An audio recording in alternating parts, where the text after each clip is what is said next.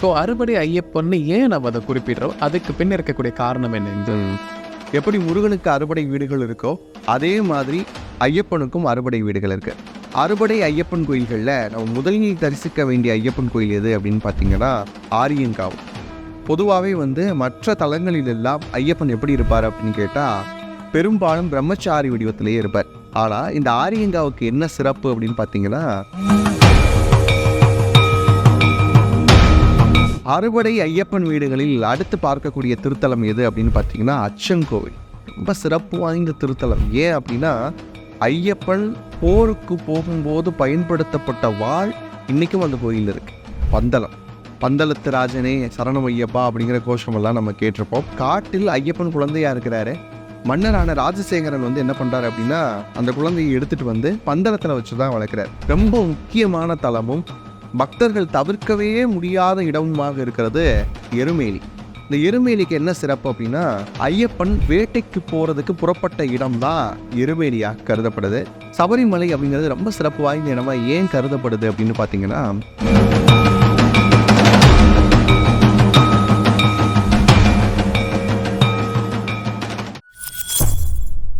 பக்தி பிளஸ் நேயர்களுக்கும் வணக்கம். இன்று நம்மோட இருந்தவர் ஆன்மீக பேச்சாளர் பாலு அனந்த் அவர்கள். வணக்கம் சார். வணக்கம் தான். அறுபடை ஐயப்பன் அப்படிங்கிற ஒரு தலைப்பு எங்களுக்கு புதுமையாக இருக்குங்க சார். ஏன்னா அறுபடை வீட்டு முருகன் நம்ம கேள்விப்பட்டிருந்தோம். பட் ஐயப்பனுக்குமே அறுபடை வீடு இருக்கு அப்படிங்கிறது புது ஒரு தலைப்பாக இருக்குங்க சார். ஸோ அறுபடை ஐயப்பன்னு ஏன் நம்ம அதை குறிப்பிடுறோம்? அதுக்கு பின் இருக்கக்கூடிய காரணம் என்னங்க சார்? அறுபடை ஐயப்பன் அப்படிங்கிற கான்செப்ட் புதுசெல்லாம் கிடையாது. ஏற்கனவே காலகாலமாக இருக்கக்கூடிய வழக்க முறை தான். எப்படி முருகனுக்கு அறுபடை வீடுகள் இருக்கோ அதே மாதிரி ஐயப்பனுக்கும் அறுபடை வீடுகள் இருக்கு. இந்த அறுபடை அப்படிங்கிற வீடுகளை எப்படி சொல்றாங்க அப்படின்னா ஆற்றுப்படை தான் அறுபடைன்னு மருவி வருது. ஆற்றுப்படை அப்படின்னு என்ன அர்த்தம்னா தமிழ் இலக்கியங்களில் ஆற்றுப்படை இலக்கியங்கள் அப்படின்னே ஒரு இலக்கியங்கள் இருக்கு. என்ன அதனுடைய உட்கருத்து அப்படின்னு பார்த்தீங்கன்னா ஒரு புலவன் இருப்பான், வறுமையில் இருப்பான். அவன் என்ன பண்ணுவான் அப்படின்னு கேட்டால் ஏதேனும் ஒரு அரசனை சென்று அவனை பாடி பரிசில் பெற்று வருவான். அப்படி பரிசு வாங்கிட்டு வரப்ப இன்னொரு புலவன் வறுமையில் இருப்பான் இல்லையா, அவன் பார்த்து கேட்பானா யார்கிட்ட பரிசு வாங்கினப்பா அப்படின்னு சொன்னனே, அங்கே போ, அங்கே தான் அருள் இருக்குது, பரிசு இருக்குது அப்படின்னு சொல்கிற இடம் இருக்கு இல்லையா, இதுக்கு தான் ஆற்றுப்படுத்துதல், வழிப்படுத்துதல், நெறிப்படுத்துதல், அதுதான் ஆற்றுப்படை இலக்கியம். அதே விஷயம்தான் அங்கே என்ன நடக்குது, பரிசில் வாங்குவதற்காக போகிறாங்க. இங்கே அருளை வாங்குவதற்காக போகக்கூடிய இடங்கள் தான் ஆறுபடை வீடுகள். அது ஆற்றுப்படை வீடுகள் ஆறுபடை வீடுகளாக அமைஞ்சிருக்கு. முருகனுக்கு இருக்கிறது மாதிரியே ஐயப்பனுக்கும் இருக்கிறது. கண்டிப்பாங்க சார். இப்போ அறுபடை ஐயப்பன்ங்க போது நம்ம முதல்ல பார்க்க வேண்டிய கோயில் எதுவாக இருக்குங்க சார்? அறுபடை ஐயப்பன் கோயில்களில் நம்ம முதலில் தரிசிக்க வேண்டிய ஐயப்பன் கோயில் எது அப்படின்னு பார்த்தீங்கன்னா ஆரியங்காவு. பொதுவாகவே மற்ற தலங்களிலெல்லாம் ஐயப்பன் எப்படி இருப்பார் அப்படின்னு கேட்டால் பெரும்பாலும் பிரம்மச்சாரி வடிவத்திலேயே இருப்பார், நித்திய சன்னியாசியாக இருப்பார். ஆனால் இந்த ஆரியங்காவுக்கு என்ன சிறப்பு அப்படின்னு பார்த்தீங்கன்னா சௌராஷ்டிர குலத்தினுடைய குலதெய்வமாக கருதப்படக்கூடிய புஷ்பகலா தேவி இருக்கிறாங்க இல்லையா, அவங்கள திருமணம் செய்து திருமண கோலத்தோடு ஒரு அரசராக இருக்கக்கூடிய திருத்தலம் இந்த ஆரியங்காவு அப்படின்னு சொல்லக்கூடிய திருத்தலம். ரொம்ப சிறப்பு வாய்ந்த திருத்தலம். திருமண தடைகளில் இருக்கக்கூடிய நபர்கள் இந்த ஆரியங்காவில் இருக்கக்கூடிய ஐயப்பனை தரிசனம் செஞ்சாங்க அப்படின்னு சொன்னால் நிச்சயமாக கூடிய சீக்கிரம் பார்த்திங்கன்னா திருமணம் நடக்கும். அதே மாதிரி அரச போக வாழ்க்கை வேணும்னு கேட்குறவங்க இந்த ஐயப்பனை முக்கியமாக வழிபடலாம். இதுக்கு பின்னாடி ஒரு பெரிய கர்ண பரம்பரை கதையும் இருக்குது. என்ன அப்படின்னு பார்த்தீங்கன்னா ஐயப்பன் பந்தளத்தில் வளர்க்கப்படுகிறார் இல்லையா. அப்படி பந்தளத்தில் வளர்க்கப்படும் போது ஒரு 12 to 14 வயது இருக்கக்கூடிய அந்த காலகட்டத்தில் மதுரைக்கு வருவதாக ஒரு கதை இருக்கிறது. மதுரைக்கு ஏன் வராரு அப்படின்னு பார்த்தோம்னா வாழ் பயிற்சி, வளரி பயிற்சி, இதற்காக மதுரைக்கு படிக்க வர்றார்.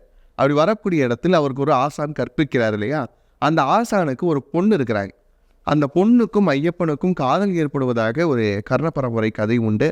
அந்த பொண்ணு வீட்டில் நீங்கள் என்ன இருந்தாலும் அரச குடும்பம், நாங்கள் சாதாரணமாக கற்பிக்கக்கூடிய குலத்திலிருந்து வந்திருக்கிறோம், அப்படி இருக்கக்கூடிய நேரத்தில் இது செட் ஆகாது அப்படிங்கிற மாதிரி அந்த ஆசான் சொல்லிடுறார். அப்போ தான் ஐயப்பனுக்கு ஒரு விஷயம் புரிய வருது.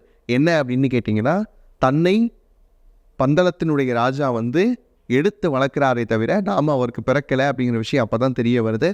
பிறகு தான் துறவர போகிறாரு அப்படிங்கிற மாதிரியான விஷயங்கள் சொல்லப்படுறதுனால மதுரைக்கும் ஐயப்பனுக்குமான தொடர்பு இப்படியாக வைக்கிறாங்க. அப்படி சொல்லக்கூடிய காலகட்டத்தில் தான் மதுரையில் சௌராஷ்டிர மக்கள் அதிகம், இப்போ இருக்கக்கூடிய பகுதிகளில் அதிகமாகவே இருக்கிறாங்க. அவங்களுடைய தெய்வமாக கருதப்படக்கூடிய புஷ்பகலா தேவி தான் அந்த பொண்ணாக இருக்கலாம் அப்படின்னு ஒரு பக்கம் இருக்குது. இன்னொரு பக்கம் பார்க்குறப்ப அது வேற கதைங்க, இது வேறு கதை அப்படின்னு சொல்லக்கூடிய நபர்களும் சொல்கிறாங்க. கண்டிப்பாங்க சார். இப்போ அறுபடை ஐயப்பன் வீட்டில் நம்ம அடுத்ததாக செல்ல வேண்டிய கோயில் எதுவாக இருக்கும் சார்? அறுபடை ஐயப்பன் வீடுகளில் அடுத்து பார்க்கக்கூடிய திருத்தலம் எது அப்படின்னு பார்த்தீங்கன்னா அச்சங்கோவில். ரொம்ப சிறப்பு வாய்ந்த திருத்தலம். ஏன் அப்படின்னா ஐயப்பன் போருக்கு போகும்போது பயன்படுத்தப்பட்ட வாள் இன்றைக்கும் அந்த கோயிலில் இருக்குது. ஐயப்பன் வாழ்ந்திருக்கிறாருங்கிறதுக்கான ஒரு உதாரணம் இல்லையா, அந்த வாள் இன்றைக்கும் அந்த கோயிலில் இருக்கு. அங்கே வந்து ஐயப்பனுக்கு சந்தன காப்பு அனுபவிப்பாங்க அந்த விக்கிரகத்தின் மீது. அது ரொம்ப பழமையான விக்கிரகம். அந்த விக்கிரகத்தின் மீது பூசக்கூடிய சந்தன காப்பு இருக்குல்ல, யாருக்கேனும் விஷக்கடிகள் ஏற்பட்டது அப்படின்னு சொன்னால் அந்த சந்தன காப்பும் தீர்த்தமும் கொடுப்பாங்களாம். அந்த விஷக்கடி முழுமையாக நீங்கும் அப்படிங்கிறது நம்பிக்கையாக இருக்குது. ரொம்ப முக்கியமான திருத்தலமாக பார்க்கப்படுறது அச்சங்கோவில். அறுபடை வீட்டு ஐயப்பன் ஸ்தலத்தில் அடுத்து நம்ம வழிபட வேண்டிய ஸ்தலம் அப்படிங்கிறது எதுங்க சார்? அறுபடை வீட்டு ஐயப்பன் ஸ்தலங்களில் நம்ம பார்க்க வேண்டிய அடுத்த திருத்தலம் எது அப்படின்னு பார்த்தீங்கன்னா குளத்துப்புழா. பொதுவாக ஒரு மனிதனுடைய வாழ்க்கையை 5ஆக பகுக்குது சாஸ்திரம். 5 விதமாக பகுக்குறாங்க. அதில் முக்கியமானது எதுனா பாலிய பருவம், குழந்தையாக இருக்கக்கூடியது. இங்கே மணிகண்டன் குழந்தை ரூபத்தில் ரொம்ப அழகாக காட்சியளிக்கக்கூடிய திருத்தலம் தான் குளத்துப்புழா. ரொம்ப அருமையாக ஒரு குழந்தை தவந்து வந்தால் எப்படி இருப்பாரோ அந்த மாதிரி ரொம்ப அழகாக இருப்பார். ஆனால் தவக்கக்கூடிய காட்சியில் நம்ம பார்க்குறப்ப நமக்கு அப்படி தென்படுற மாதிரியான ஒரு உணர்வு நிலை கொடுக்கக்கூடிய ஐயப்பன் இந்த குளத்துப்புழாவில் இருக்கக்கூடிய ஐயப்பன். பொதுவாகவே ஐயப்பன் அப்படின்னு கேட்டாலே கேட்டதையெல்லாம் கொடுக்கக்கூடியவர். இங்கே இருக்கக்கூடிய ஐயப்பன் உடனே கொடுத்துருவார் அப்படிங்கிற ஒரு நம்பிக்கை இருக்குது. ஏன்னா குழந்தை இல்லை, குழந்தை கையில் சின்ன பிள்ளை கையில் ஏதாவது ஒன்று இருந்ததுன்னா யார் என்ன கேட்குறாங்கலாம் பார்க்காம கொடுக்குற மாதிரியான ஒரு விஷயம் இருக்குல்ல, அது மாதிரி ஐயப்பன் வந்து உடனே நிறைவேற்றி கொடுக்கக்கூடிய ஐயப்பனாக இவரை வந்து நம்ம பார்க்குறோம். அறுபடை வீட்டு ஐயப்பன் ஸ்தலத்தில் அடுத்ததாக நம்ம வழிபட வேண்டிய ஸ்தலம் அப்படிங்கிறது எதுங்க சார்? அறுபடை வீட்டு ஐயப்ப ஸ்தலங்களில் ரொம்ப முக்கியமான தலமும் பக்தர்கள் தவிர்க்கவே முடியாத இடமுமாக இருக்கிறது எருமேலி.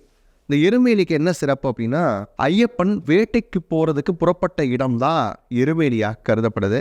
ஐயப்பன் வேட்டைக்கு போயிருக்கிறார் அப்படின்னா பொதுவாக அந்த காலத்து ராஜாக்கள் எல்லாமே வேட்டைக்கு போவாங்க. அந்த வகையில் ஐயப்பனும் வேட்டைக்கு போயிருக்கிறாரு. இதில் இன்னொரு விஷயம் என்ன அப்படின்னு பார்த்தீங்கன்னா ஐயப்பனை வளர்த்தெடுக்கக்கூடிய தாய் பந்தளத்தினுடைய அரசி, அவங்களுக்கு வந்து என்ன இருந்தாலும் இவங்க பெற்ற குழந்தை இல்லை, தனக்குன்னு ஒரு குழந்தை பிறந்ததுக்கப்புறம் ஐயப்பன் மீது இருக்கக்கூடிய பாசம் வந்து குறையுது. உடனே என்ன பண்ணுறாங்க, இந்த குழந்தையை எப்படியாவது இங்கேருந்து அனுப்பிச்சி விட்டால் மட்டும்தான் தன்னுடைய குழந்தைக்கு பட்டம் கிடைக்கும் அப்படிங்கிற ஒரு எண்ணத்துக்குள்ளாக வராங்க. அப்படி வரவங்க என்ன சொல்கிறாங்க, தீராத வயிற்று வலிக்குது அப்படின்னு சொல்லி அதுக்கு மருந்து புலிப்பால் அப்படின்னு சொல்லி அனுப்பி வைக்கிறாங்க. புலிப்பாலை யார் கொண்டு வர முடியும் அப்படிங்கிறப்ப ஐயப்பன் நான் போகிறேன் அப்படின்ட்டு போகிறாரு. அப்படி வேட்டைக்கு போகக்கூடிய இடமாகத்தான் நம்ம எதை பார்க்குறோம், எருமேலி பார்க்குறோம். நமக்கு தெரியும் ஐயப்பன் எது மேலே வருவார் அப்படின்னா புலிவாகனத்தின் மீது வரக்கூடிய அந்த கதைகள் எல்லாமே வந்து இதுக்கு பின்னாடி தான் அமைக்கப்படுது. இந்த தலத்தினுடைய சிறப்பாகவும் அது இருக்குது. அதனால தான் இன்றைக்கும் பக்தர்கள் எருமேலிக்கு வரும்போது ஐயப்பன் அணிந்த மாதிரியே விலங்குகளிலிருந்து தங்களை பாதுகாத்து கொள்வதற்காகவும் வண்ண வண்ண பூச்சிகள் எல்லாத்தையுமே வந்து முகத்தில் பூசிக்கிறது, பொடிகளை பூசிக்கிறது, பேட்டை துள்ளுதல் அப்படிங்கிற விஷயம் ரொம்ப சிறப்பாக நடக்கிறது இந்த எருமேலியில் தான். அறுபடை ஐயப்பன் ஸ்தலத்தில் அடுத்ததாக நம்ம பார்க்கக்கூடிய ஸ்தலம் அப்படிங்கிறது எது? அறுபடை ஐயப்பன் வீடுகளில் அடுத்து பார்க்கக்கூடிய திருத்தலம் எது அப்படின்னு பார்த்தீங்கன்னா பந்தளம். பந்தளத்து ராஜனே சரணம் ஐயப்பா அப்படிங்கிற கோஷமெல்லாம் நம்ம கேட்டிருப்போம். ஏன் அப்படின்னா காட்டில் குழந்தையாக கிடைக்கப்பட்ட காட்டில் ஐயப்பன் குழந்தையாக இருக்கிறாரு. மன்னரான ராஜசேகரன் வந்து என்ன பண்ணுறாரு அப்படின்னா அந்த குழந்தையை எடுத்துகிட்டு வந்து பந்தளத்தில் வச்சு தான் வளர்க்குறார். பந்தள ராஜன் தான் கண்டெடுத்து வளர்க்குறார். ராஜசேகரன் வளர்க்கக்கூடிய 12 ஆண்டுகள் ஐயப்பன் இருந்த திருத்தலம் அப்படின்னு பார்த்தீங்கன்னா பந்தளம் தான். பந்தளம் கிட்டத்தட்ட சபரிமலையிலேருந்து 88 கிலோமீட்டர் தொலைவில் இருந்தாலும் பந்தளம் ஏன் இவ்வளோ சிறப்பாக கொண்டாடப்படுதுன்னா பெரும்பாலும் ஐயப்பன் தன்னுடைய வாழ்நாள் பகுதியை இருந்த இடமாக கருதப்படுறது பந்தளம். இன்றைக்கும் இங்கே அரண்மனை இருக்குது. அந்த கோயிலில் ரொம்ப அழகாக இருப்பார். அதுவும் விடியற் காலையில் இந்த பந்தளத்தில் இருக்கக்கூடிய ஐயப்பனை பார்த்தல் அப்படிங்கிறது ரொம்ப சிறப்பான விஷயமா இருக்கும். அங்கே இருக்கக்கூடிய குளம் இருக்கும், அங்கே நீராடி விட்டு ஐயப்பனை பார்த்து, அதுவும் விடியற் காலையில் அந்த பிரம்ம முகூர்த்தத்தில் பார்க்கணுமா. அதுவும் இளவரசன் ரூபத்தில் இருப்பார். ஐயப்பன் ரொம்ப அழகாக இருப்பார். இளவரசருக்குரிய அம்சத்தோடு இருப்பார். அரச பதவிகள் கிடைக்கணும், அரசாங்க ரீதியான பிரச்சனைகள்லேருந்து வெளிவரணும், அதே மாதிரி அரசியல்வாதி ஆகணும், அரசியலில் நிலை பெறணும் அப்படின்னு சொன்னால் அதிகாலை அந்த குறிப்பிட்ட அந்த பிரம்ம முகூர்த்தத்தில் பந்தளத்தில் இருக்கக்கூடிய ஐயப்பனை வழங்கினால் அரசு சார்ந்த அத்தனை விஷயங்களும் அனுகூலமாக நடக்கும். கண்டிப்பாங்க சார். அறுபடை வீட்டு ஐயப்பன்ல இறுதியாக நம்ம பார்க்கக்கூடிய ஸ்தலம் அப்படிங்கிறது எங்கே? அறுபடை ஐயப்பன் திருத்தலங்களில் ரொம்ப முக்கியமான திருத்தலம், எல்லாருக்கும் தெரிந்த திருத்தலம் சபரிமலை. எப்படி சிவனுக்கு கைலாயமலை அப்படின்னு சொல்கிறோமோ, உமையவளுக்கு பர்வதமலை அப்படின்னு சொல்கிறோமோ, முருகனுக்கு பழனிமலை அப்படின்னு சொல்கிறோமோ, ஐயப்பனுக்கு சபரிமலை அப்படிங்கிற விஷயம். சபரிமலை அப்படிங்கிறது ரொம்ப சிறப்பு வாய்ந்த இடமா ஏன் கருதப்படுது அப்படின்னு பார்த்தீங்கன்னா, ஐயப்பன் துறவறம் போகணும் அப்படிங்கிற ஒரு எண்ணத்துக்குள்ளாக வராரு. எந்த இடத்திலிருந்து அந்த துறவை மேற்கொள்வது அப்படிங்கிற ஒரு எண்ணத்திற்காக என்ன பண்ணுறாருன்னா, கையில் வில்லும் அம்பும் வச்சிருக்கிறார். அப்போ அந்த வில்லை எடுத்து அம்பு தொடுக்கக்கூடிய நேரத்தில் அந்த அம்பு விழுந்த இடம்தான் சபரிமலை. ரொம்ப சிறப்பான திருத்தலமாக இன்னும் கேட்டீங்க அப்படின்னா, ஐயப்பன் வாழக்கூடிய மலையாக இருக்கிறது சபரிமலை தான். எத்தனை லட்சம் மக்கள் வந்து அங்கே பார்த்துட்டு போகிறாங்க. இப்போ குடியரசுத் தலைவரே வந்து பார்த்துட்டு போகிறாங்க இல்லையா? இந்த மாதிரியான சிறப்பு அப்படிங்கிறது என்னென்னா, அது ஒரு காந்த மலை. நீங்கள் ஒரு தடவை போங்க, திரும்ப திரும்ப திரும்ப திரும்ப உங்களை போக வச்சுட்டே இருக்கும். அப்படி ஒரு ஈர்ப்பு அப்படிங்கிறது சபரிமலைக்கு உண்டு. இப்போ நான் ரீசெண்டாக சபரிமலை போயிருந்தப்போ பார்த்த ஒரு விஷயம் என்ன அப்படின்னா, 2 விதமான பாதைகள் இருக்கும். அதில் ஒரு பாதை வந்து பார்த்திங்கன்னா எல்லாம் எளிமையாக போகிற மாதிரியான ஒரு பாதை. இன்னொரு பாதை கழுத பாதை அப்படின்னு சொல்லுவாங்க. கழுதைகளால் அந்த பொதியை ஏற்றக்கூடிய பாதையாக இருந்தது கழுத பாதை. அதுதான் ஐயப்பன் துறவு மேற்கொள்வதற்காக சென்ற இடமாக பார்க்கப்படுது. அந்த பாதை வழியாகத்தான் ஐயப்பன் வந்து சபரிமலைக்கு போனார் அப்படிங்கிற ஒரு கதை உண்டு. இப்போ அந்த பாதை வழியாக இறங்கக்கூடிய வாய்ப்பு எனக்கு கிடச்சிது. போகிறப்ப நார்மலான பாதைக்கு போயாச்சு. இறங்கக்கூடிய பாதையில் ரொம்ப கஷ்டமான பாதை இந்த கழுத பாதை. அந்த ஐயப்பன் தரிசித்த அந்த பாதை, அந்த அவர் பயணம் செய்த அந்த பாதைங்கிறது ரொம்ப கஷ்டமாக இருக்கும். இறங்கி வரதே கஷ்டம் அப்படின்னா, ஏறி போகிறப்ப எப்படி ஒரு மன வலிமையோடு போயிருக்கணும் யோசிச்சு பாருங்கள். ஐயப்பன் கிட்டத்தட்ட வந்து ஒரு 16 17 வயதுக்கு உட்பட்டு இருக்கக்கூடிய அந்த நிலையிலிருந்து தான் அவர் துறவரம் மேற்கொள்கிறாரு. அந்த வயதில் எவ்வளோ ஒரு மன வலிமை இருந்திருந்தால் இப்படியான ஒரு பாதையில் பயணம் செஞ்சுருக்க முடியும். அது இறங்குறதுக்கே ரொம்ப சிரமமான பாதை. அதில் எப்படி இவர் நடந்து போனார் அப்படின்னு நினைக்கிறப்பையும் நமக்கு எப்படி இருக்குன்னா, ரொம்ப சிலிர்ப்பாக இருக்கக்கூடிய பாதை தான் ஐயப்பன் பயணம் செய்த அந்த பாதை. இன்றைக்கும் சில பக்தர்கள் அந்த பாதையை தேர்ந்தெடுக்காமல், நான் எளிமையாக இருக்கக்கூடிய பாதையை தேர்ந்தெடுக்காமல் ஐயப்பன் பயணித்த அந்த பாதை வழியாக போகக்கூடிய பக்தர்கள் உண்டு. ஏன் அப்படின்னா, ஐயப்பன் அப்படி தான் பார்க்கணும். ஏன்னா ஐயப்ப விரதம் தான் இருக்கிறதுலே வந்து கடுமையான விரதம் இல்லையா? எவ்வளோ நெறிமுறைகளாக அந்த மனம் உருகி போகக்கூடியதில் சபரிமலை ஏன் இவ்வளோ சிறப்பு வாய்ந்ததாக இருக்குன்னா, அத்தனை பக்தர்களுடைய விரதத்தினால் சபரிமலை இன்னும் உயிர்ப்போடு இருக்கிறது. ரொம்ப சிறப்பான விஷயம். மகர ஜோதி அப்படிங்கிற விஷயத்தில் இறைவனே வந்து ஜோதி ரூபத்தில் வருகிறார் அப்படின்னு பார்க்குறோம். அதை ஒரு சில அன்பர்கள் மகர ஜோதி அப்படிங்கிறத வந்து ஏற்றுக்கலைனாலும் ஐயப்பன் உண்மை. ஐயப்பனுடைய காந்தமலையாக இருக்கக்கூடிய சபரிமலை அப்படிங்கிறது உண்மை. எத்தனை அன்பர்கள் அங்கே சபரிமலைக்கு போனவங்களை கேளுங்க.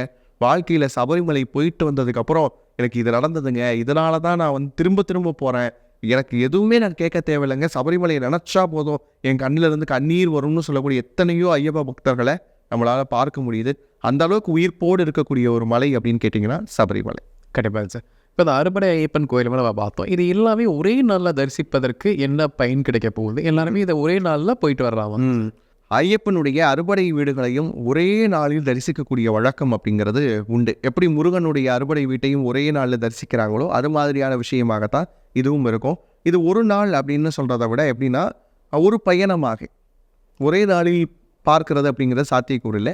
ஒரே பயணமாக, அதாவது வீட்டிலேருந்து கிளம்புறாங்கன்னு வைங்களேன், இந்த அறுபடை வீடுகளையும் தரிசித்து விட்டு வீடு திரும்புதல் அப்படிங்கிற விஷயம் அப்படி பார்த்துட்டு வந்தாங்கன்னா ரொம்ப சிறப்பான விஷயம்.